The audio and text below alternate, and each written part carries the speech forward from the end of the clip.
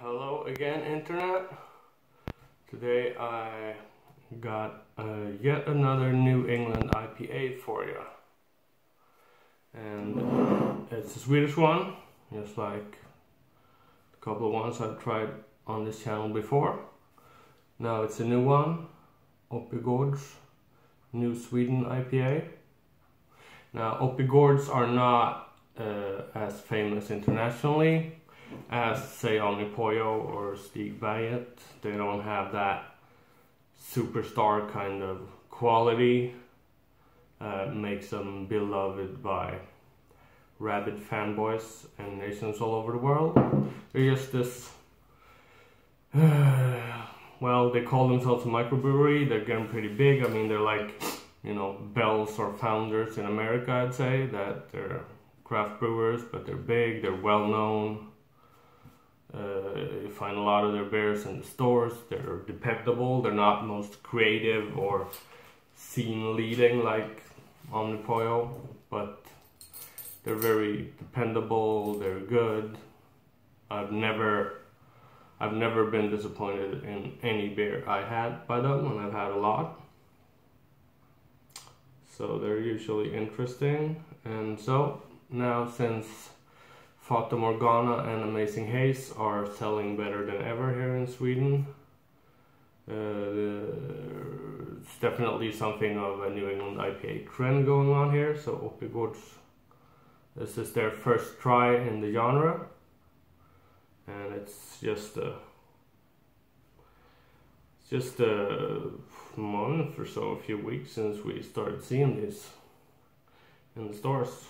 So it's real interesting. They contain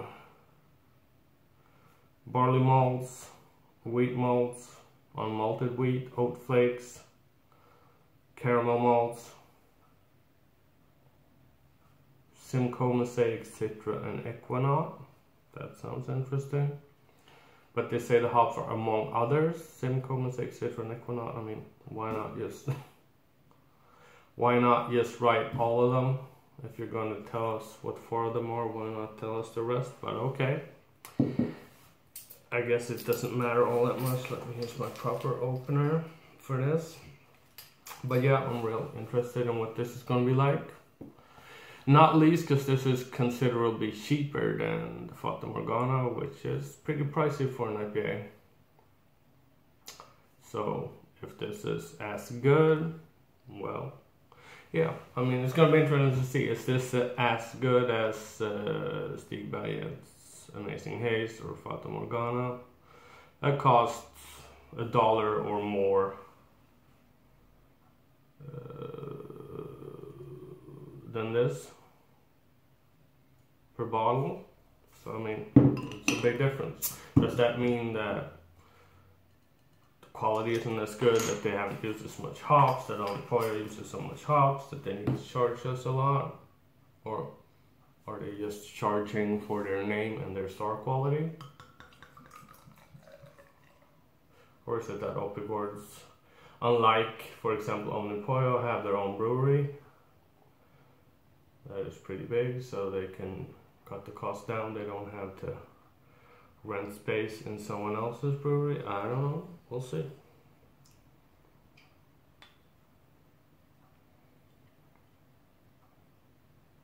And that's everything. No yeast or anything left in the bottle. Perfect. Okay, well, it's got that hazy, juicy look that we've come to expect from it. It looks like orange soda, I'd say. A lot like orange soda, but with a significant head. But yeah, very enticing, inviting, good color, good haze.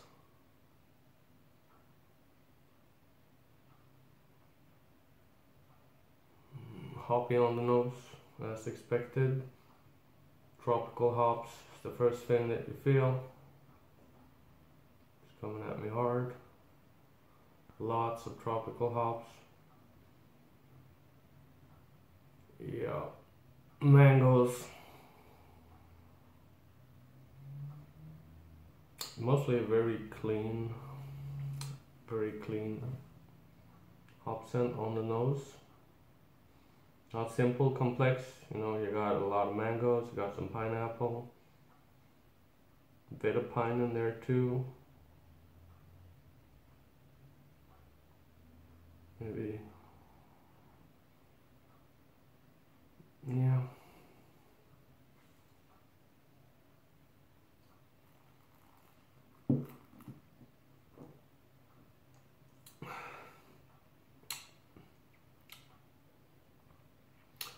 Okay, that did not taste exactly as I expected.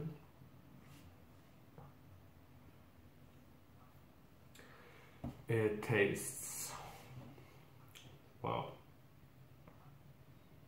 quite different than I expected. Not at all as hoppy as the nose suggested.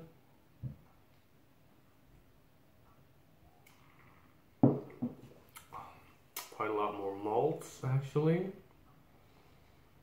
strangely.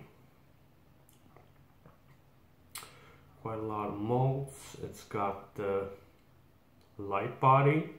It's got a lot of bitterness for a New England IPA.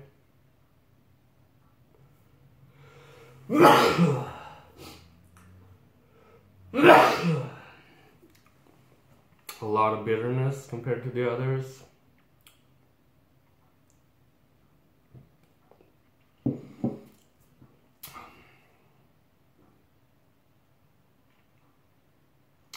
Yeah, they've definitely gone a different route. This is more of a mix between an old school West Coast IPA or a New England IPA, because it's got some of that. It's got a bit of that hoppiness, the fruity hoppiness, but it's a lot lower than I'm used to from a New England IPA. This is predominantly bitter. Like they wrote here, there's Pilsner malts in here, and you can definitely feel that.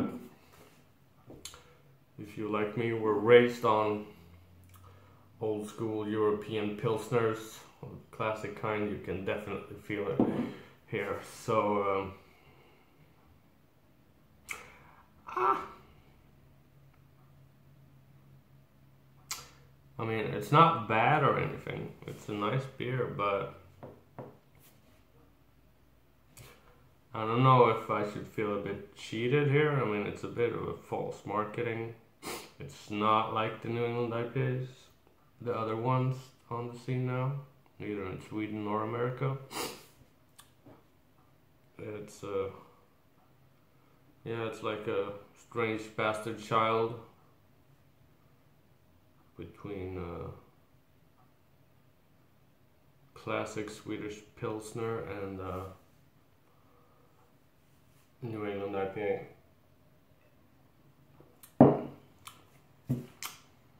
Hoppy tropical Euro Pilsner.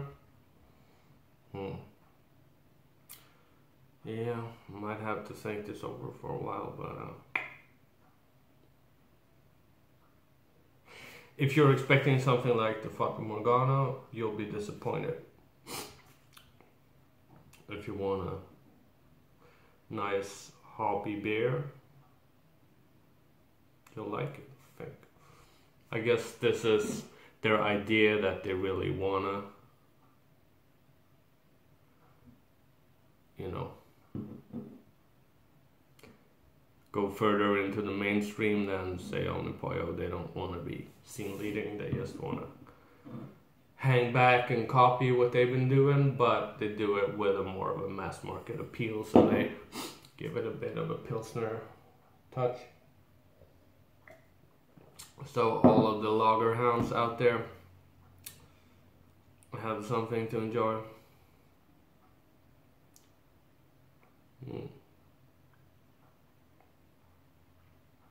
Nah. Ultimately,